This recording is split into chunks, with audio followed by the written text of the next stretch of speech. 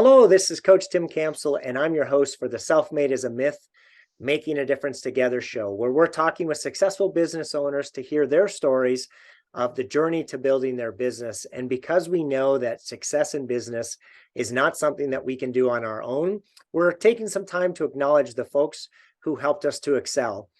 Today, I'm excited to have a fellow business owner with us from Indiana today. He is obsessed with helping others. He enjoys spending time with family, golfing, and jiu-jitsu, and he is most proud of his family as well as the folks that he has the opportunity to work with. It is my pleasure to welcome Shane to the show today. Hello, Shane. Hey, Tim, thanks for having me on. Appreciate it.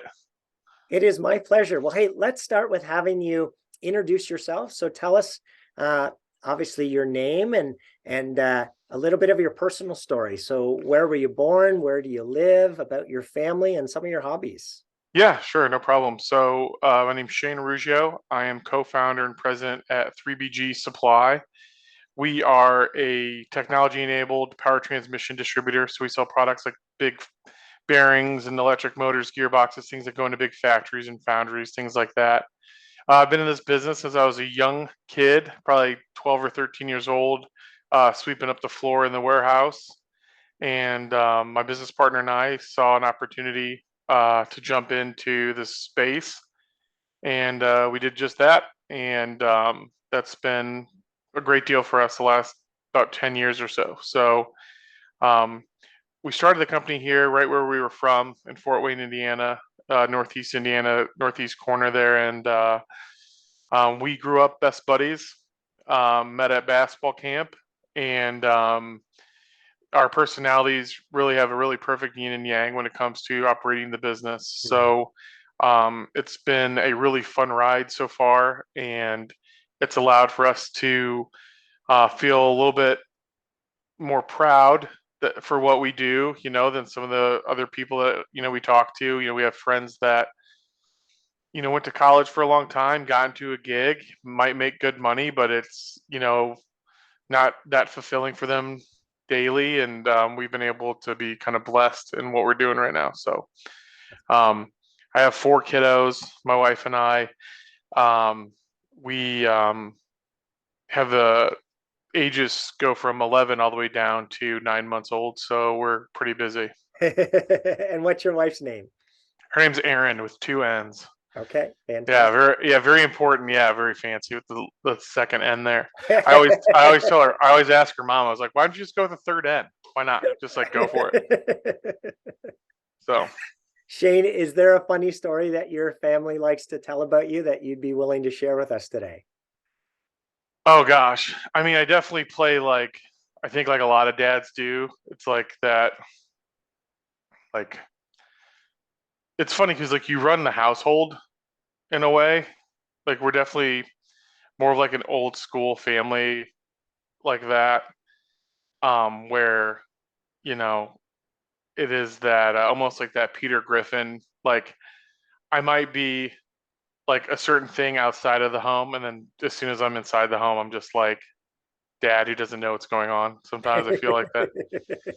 I'm sure there's a ton of stories. I can't think of one off the top of my head, but I've done some pretty bonehead stuff in my time, so I'm sure if you ask the right people, you could get a good story out of it. Awesome. Um, I think it's been, we've had some interesting times lately though, because just kind of the way life works, even when the business was the most hectic or busy, we've seemed to have really interesting personal, I don't know if you want to call them problems, but like personal family things have gotten introduced, and it's kind of funny how that works because it's like the universe hands you, you know, um, an obstacle or something to get over, and a lot of times you can look at it as just that as a problem, or you can really, if you have the ability to change your mindset and look at it as like an opportunity to do something better, to grow personally. And I think we've done a really good job of taking that because we've had some pretty intense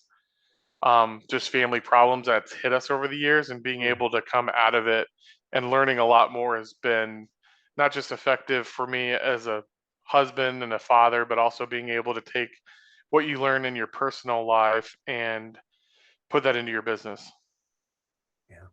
Uh, So you mentioned that the universe brings us stuff. So I've been involved in this mindset coaching program for about 2 years, and the essence of what they talk about is that the universe, our higher power, whatever you want to call it, right. brings us exactly what we need to help us grow and develop to the next version of ourselves. Right. And we can look at it, like you said, from a negative, or embrace it and say, hey, this is exactly where I'm supposed to be and what I'm supposed to be working on. And so let's jump in and learn our way through this.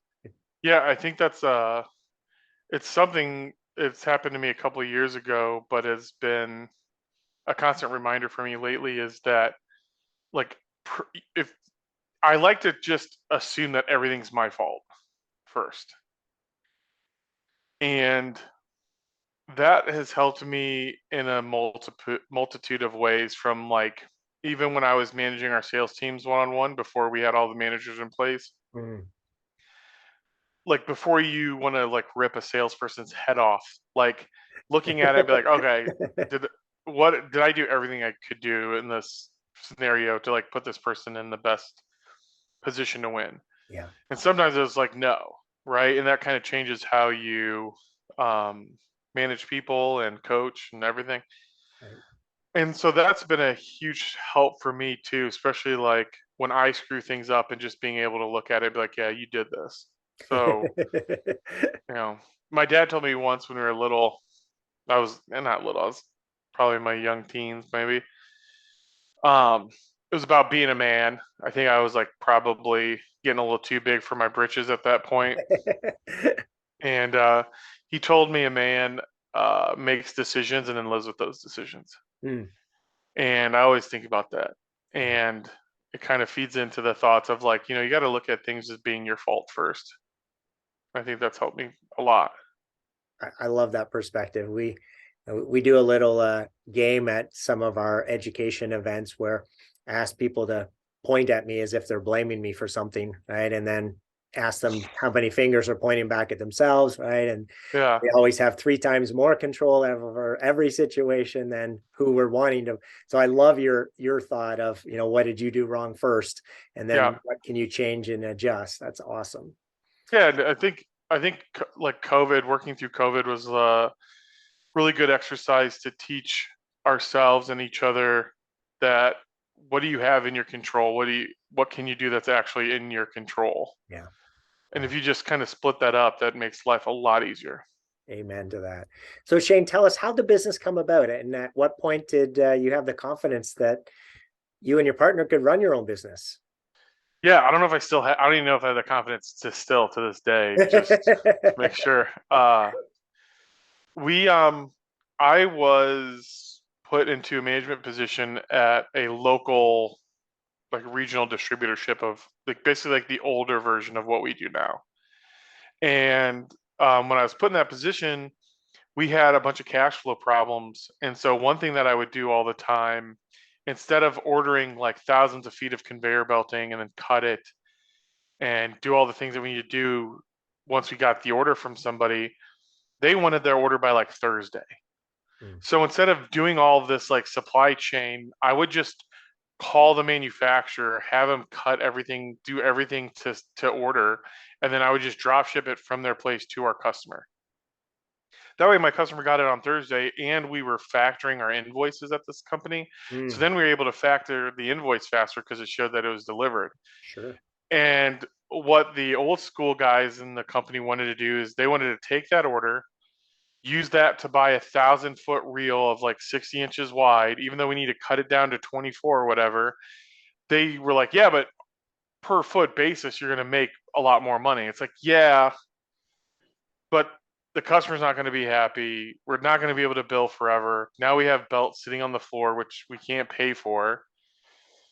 So I always thought the drop shipping model would be very helpful as long as we could find customers that were more of a planned maintenance focused company. And then Mm. if we ran into people that always needed things done today, they probably weren't going to be a great fit for us. Mm. Now, over the years, what's kind of funny was we start to get pretty good at doing same day deliveries as well once we've created such a network. But Sure. so that was like the first introduction to like I was like, man, this business is a little different now. I also could tell, even then, I could tell that there was a lot of knowledge exiting our industry. Mm, And what was happening is they were putting like a 26-year-old engineer into a position to run this plant or this line. And those lines for years, let's say it was making $100,000 a day coming off that line. And you had some dude that never went to college, maybe didn't even finish high school, that kept that line up and running. Well, that guy retired. And now you have a 26-year-old that's very smart, very capable of a lot of things, but doesn't necessarily know, even with an engineering background, how to manage that line. hmm And we started to become really focused on the white glove service side of our business because we learned that we needed to help these people, and we knew that there was a ton of value in being able to be that person for them. Right. And it really started to change our business, or my thought process and how to do business. The the day that things really changed for me, where you took, so we talked about the people, we kind of talked about the processes, right, of being able to drop ship, the people of that's entering our industry, and then the technology piece really is what sewed it up for me, because I was at a customer that made these jet fuel pumps. It's literally they pumped fuel for jets, Mm, and they were having problems coming up with, because everything was so customly designed. right. They were having trouble finding an oil seal that fit their dimensions at the temperatures that they needed. Mm, So it was funny, they had like a little library of like all of these manufacturers catalogs that they've used over the years, and I've always just wanted to be able to like type in the filters like you would buying shoes on Nike or on whatever website you use, just like high temp, this dimension, OD, ID, width, all these things, type it in. I wanted the book just to fall off the wall and open up to the page. And so that kind of gave me the idea of like, okay, if we can get the technology at the people's fingertips, mm, if we can drop ship the product directly, if we can find the customers that fit how we want to do business, we can not only put together a business that can do well and scale into a market that's pretty large and changing, but we could also make our lives a lot easier and really enjoy our time while we do that, right? Because that was a big focus for me then, and it still is now, which was, yeah, you can hire a bunch of really cool salespeople that can get after it, but how do you teach? How do you like not get, you know, exhausted and burnt out from doing that all the time? mm. And I think creating a really great place in business where it doesn't necessarily feel like work all the time Yeah, can help people last a lot longer in this business, which can be pretty tough. that is awesome. So, Shane, as you're reflecting on this creating this business, share a story where someone pushed you or inspired you that you could do it, even though maybe you didn't think you could, and the impact that that person had on you. Well, I think that's what drew me, because I get people that request like podcasts often enough, which is kind of weird. And I get, because everyone's like looking for content, and people are, I can get why. But when you reached out, I love the premise, because I always get so turned off by people that like talk about being self-made and stuff Mm, like that. Um, some of my mentors, even, who are like some of the most smartest, amazing people in the world, is like, if you get to know them well enough, you'll like eventually find the person in the organization that like help really guide them to like where they were today, yeah. or where they are today. And I always think about it like, I've actually never, and this is, you're probably gonna get everyone to unsubscribe after this comment, but like I've never actually watched Star Wars before, but I have a good understanding of like, there's a story that you always can tell where there's a person, this main character, who has a problem, and he's met by someone older and wiser, or somebody that can help guide them through this time. And then they usually like hurt that person. The main character hurts that person in some way. They come back around, and then it always works this way. And people, when they say they're self-made, just especially when they say it, it makes me feel like they probably weren't, or they're Mm, not acknowledging the people that helped them. right. For me, honestly, it was my business partner who was like constantly like never letting me off the hook for things, you know? And we took, I'll give you an example. We do a lot of disc profiling Hmm. in our organization. And the first time I ever did it, and I'm still a pretty low, I was a 3C, which is like, I'm like dangerous. I'm like the opposite of calculated. And, Alex, our CEO and my partner was so good about, in a way, he was kind of like building like hallways for me to operate in without like destroying myself or destroying the business. Yeah. Like he created those processes and those things, which actually in turn allowed me to just like focus on like what I was good at the time. Yeah. And that actually rubs off on me. Like if I took that test now, or if you to ask somebody that, one of our employees or something about like, hey, what do you think Shane's C is on the disc? If they didn't know already, they would give you a much higher number than I Hmm. really am, because over time I've changed a little bit, or I know how to like under the right circumstances have to be like a little bit more detail oriented, or be a Sure. little bit more understanding of the situation, or just be more present. Yeah. And so I'd probably say, even though I had some really great mentors in my life, I would probably have to say that my business partner, Alex, was probably the one that was there the most to help me through that. Awesome. So similar context here in terms of the next question is, what's your biggest learning over the years of being a business owner that you would share that other people may be able to learn from your experience?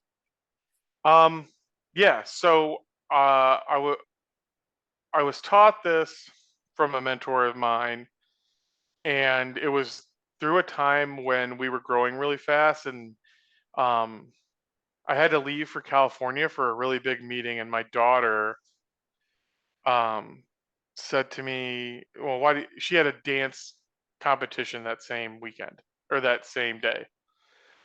Well, her, my wife, and then her mom are very close. They were going to go with her to Nashville, so it was fine. Plus, between us and your listeners, I despise having to go to dance competitions. It's pretty much the worst.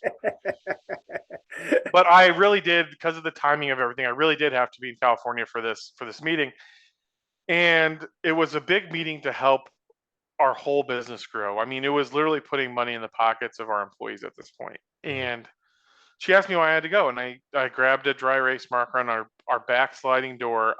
In stick figures, I wrote out or drew out all of the families in our company, like all of our employees and their families, as much as I could remember, which is a daunting task. And I would tell no one to ever do that. It's an awful thing.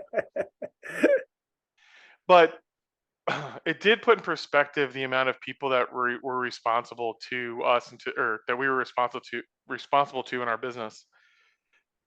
And it really brings focus to understanding that coaching people, training, managing, all of those, when you're in a leadership role, especially nowadays with the certain types of people that are in our job market, the people that are owning budgets, the people that are making decisions in our world now, you have to be what say. I ask my managers, I say, can you be the dog to your employee? And what I mean by that is, do you have a dog, Tim? I used to. She passed You away. used to. Okay. Well, I'm sorry about that, but Thank you. we're gonna have to jump into this for a second. When you come home, the dogs typically act how to you? They love you. They're Yeah, wagging. They just very can't excited, can't can't very do excited. anything but pay attention to you. Yeah, they love it. And then you what? Feed them, let them go outside, go to the bathroom, right? It's funny because your dog goes in the backyard and he's like, yeah, talking to your neighbor's dog, and he's like, or she's like, Tim's a real idiot. I did absolutely nothing all day, literally nothing. I barked at the few people that walked by the house. Besides that, I kind of did nothing today. But then Tim comes home and he's jacked up to see me, and he pets me and he feeds me and he lets me out. It's just amazing. and the dog goes back inside and then poops on the floor, who has to pick up the poop? Right? You Yeah. do.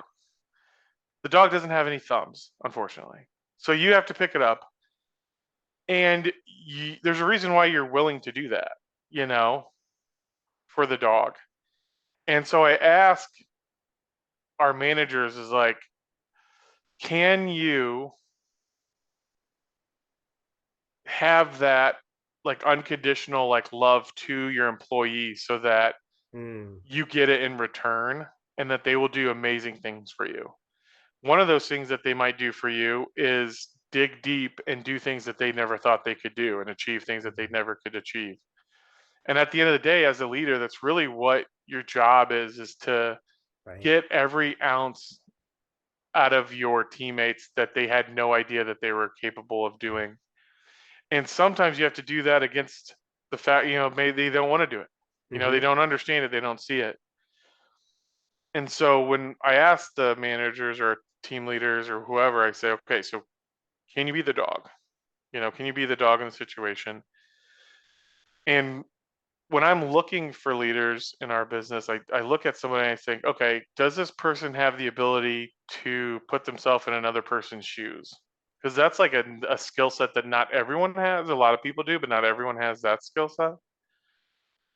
The second thing that kind of makes you capable of like samurai status is like once you're in someone's shoes, do you have the ability to change someone's perception?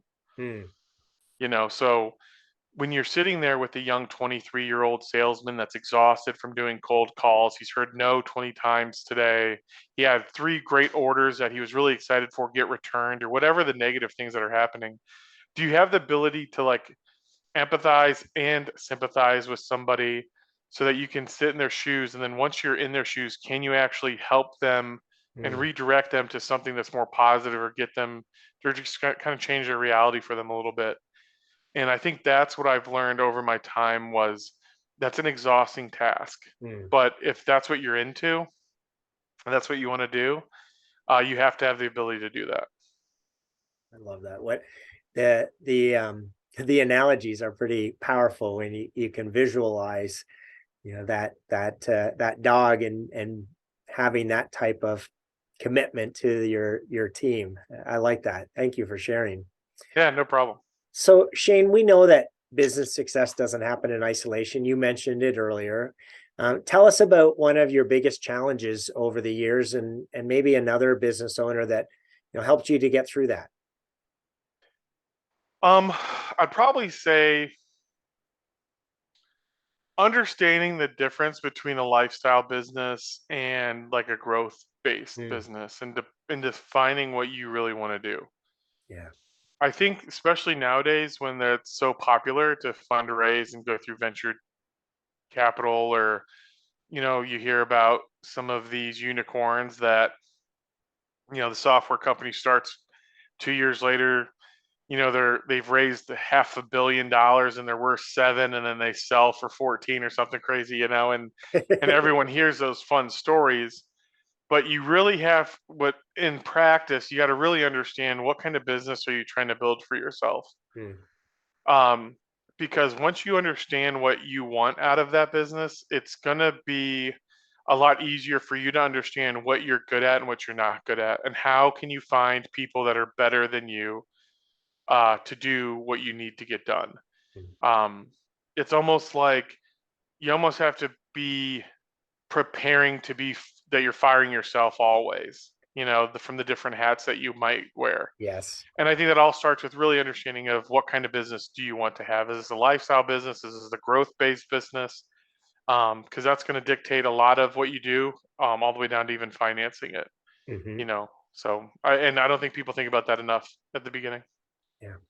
So with that, then, was there somebody that helped you to think through that process and give you come alongside of you and help you to navigate that?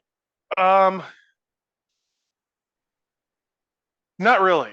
I think we were always Alex and I were always very excited about Okay. the thought of growth. Yeah. Um, that really lent to like what our personalities were and like what we wanted to achieve And, like to this day, I get so much out of like hiring a single mom and then teaching her how to sell and knowing that she can always forever put food on the table no matter what. Mm, And that and a growth-based business is really going to support like those types of things. yeah. And so I think we've always been focused on the growth side.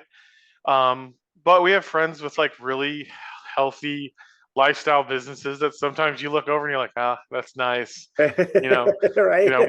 we've reinvested 100% of our dollars this year into this X, Y, and Z, and this guy is having a good time this summer, Yeah. and so I can understand the sexiness of the lifestyle side, but I think day to day and especially over the last 10 years, I think we've gotten a lot more out of it, spiritually and mentally and physically through having that feeling every day by growing it. I love it. So if I asked you to pick three people in your business owner journey that you're most grateful for being there to help you with your growth, who are those three people and how'd they help you? Oh, that's interesting. Yikes. I definitely have to say my partner again, Alex. I couldn't do anything without him. He's the best.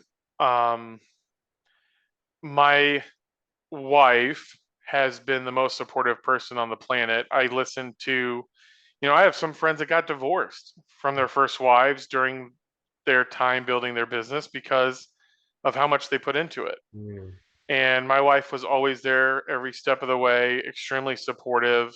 Um, I have a mentally and physically handicapped sister that lived with us for a long time. And I remember being in Boston for business, and my wife, who grew up not around that, having to bathe my 170-pound sister oh, while I was out, and just like things like that. She's been so extremely supportive. It's been amazing. And then I'd probably say that my grandfather, who taught me a lot about business, not just about the good things, but I mean, he also taught me a lot about what not to do, mm, right? So there's a lot that's helped me. My uncle, one had passed. My one that's still alive, he's always been amazing. I probably talk to him like 4 times a week yeah, still, bouncing things off of him. yeah. Um, I mean, I think that kind of goes to show you about this podcast. It doesn't the whole idea of being self-made. I mean, when I look back and really think about all the people that have helped Alex and I this far, it's an uh, almost a never-ending list. Mm, I mean, even if you talk to employees that maybe that worked with us for a while, and then we had to let go for whatever reason, mm, you still learn things from them all the way right. to your wife and your children. So um, I think it's a good moment to stop and think about all the people that have helped you and understand that self-made is an interesting term. Yes, it sure is. Well, so now as you think about the next 3 to 5 years, Shane, what are some of the challenges that you see that you're going to face in hitting your goals, and who are the types of people that you're going to need to solve those challenges? Oh, that's great. So we've set some really large sales goals for us every year, every quarter. I think um, I think we need to keep finding more people that understand that sales is a noble profession. Mm, yes.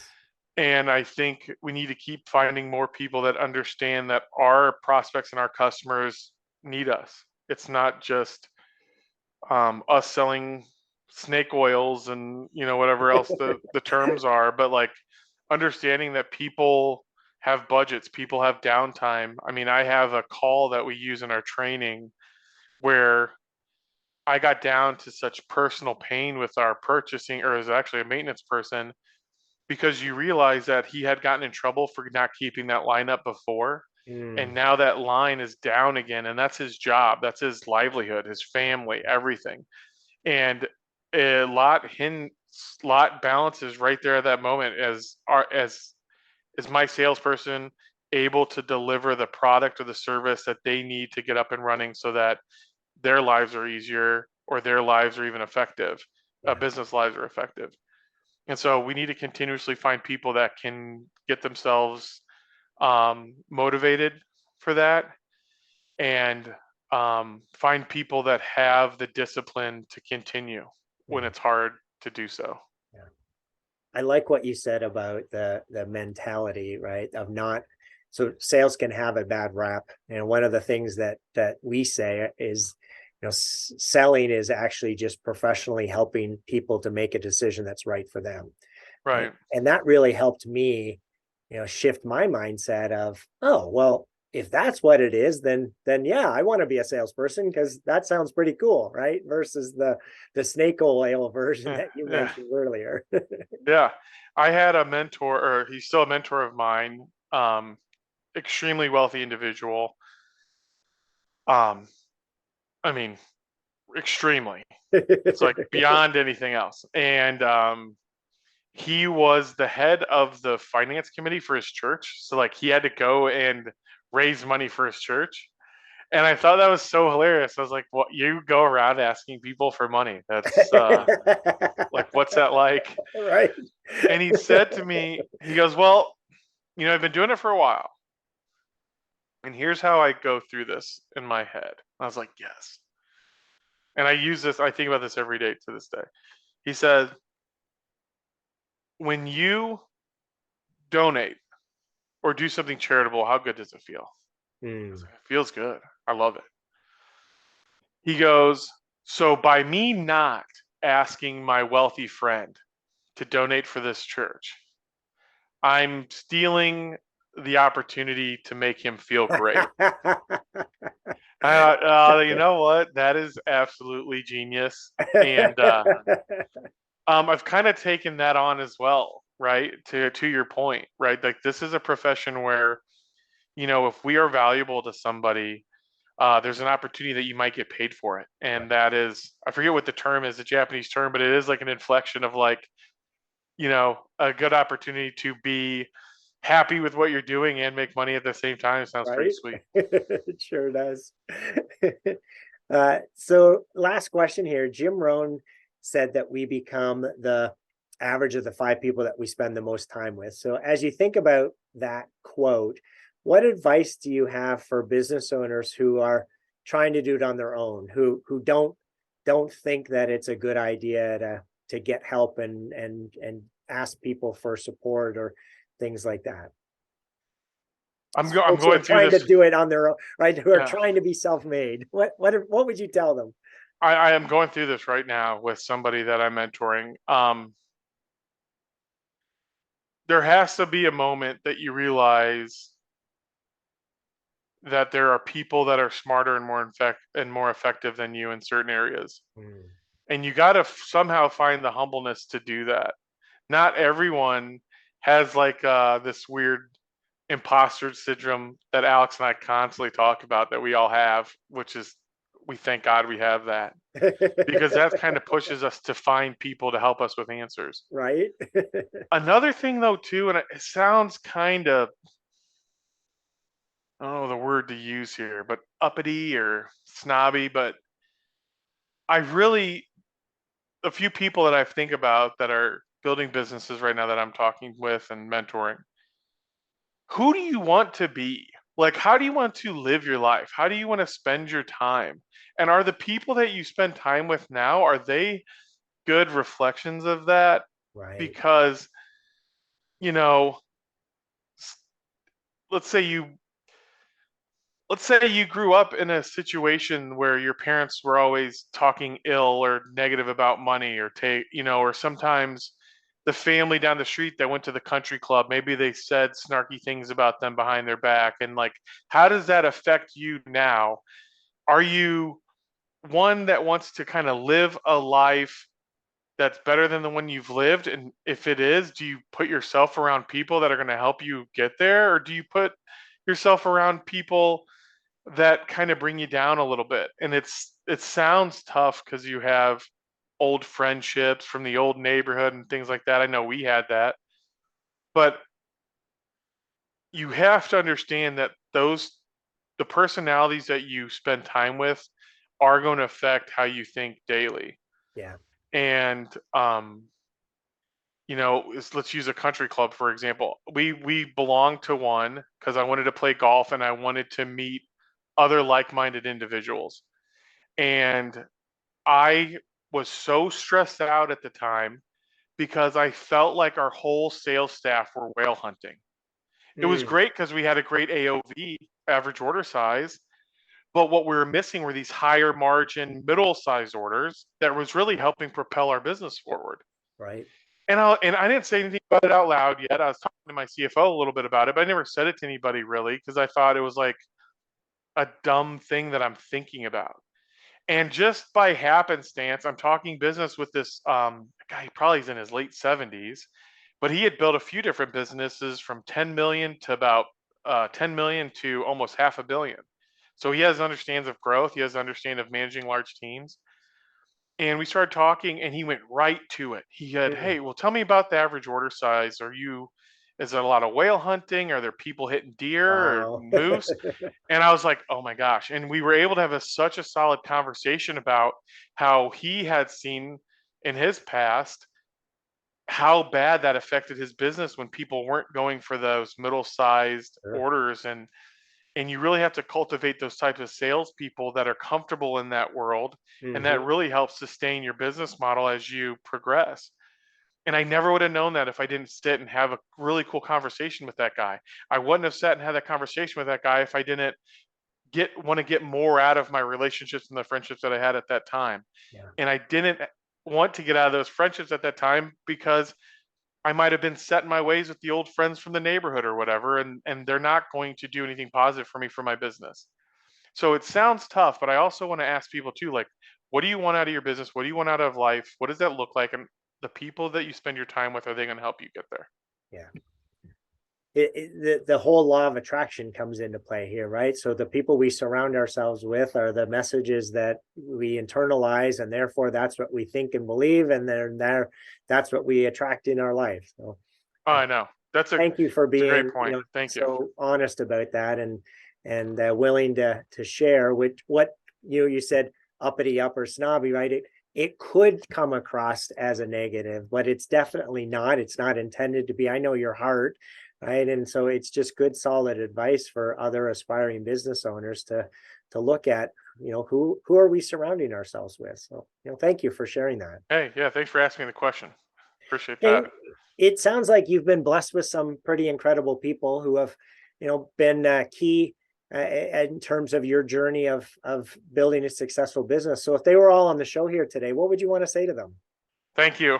And I don't know why you did it, but I appreciate it. I don't know. There's like no way to forever say thank you to those people, and some of those people aren't around here anymore. Um, some of those people were someone passing you in the street that you might not ever even known. But if I could tell it, I don't know how to say thank you, but as much as I could, that's what I would say. Um, and I hope I get to pay it forward down the road as well. Awesome. Shane, it's been a pleasure speaking with you today. Thank you so much for being on the show. Hey, thanks for having me. I really appreciate it. To everyone who tuned in, thanks for listening to the Self-Made is a Myth show with your host, Coach Tim Campsell. Be sure to help us spread this movement by liking it and posting about it on your social media. And to join our movement, go to bemadtogether.com. All right, folks, that's a wrap. Make sure to pay it forward, and I'll see you all next time. Take care.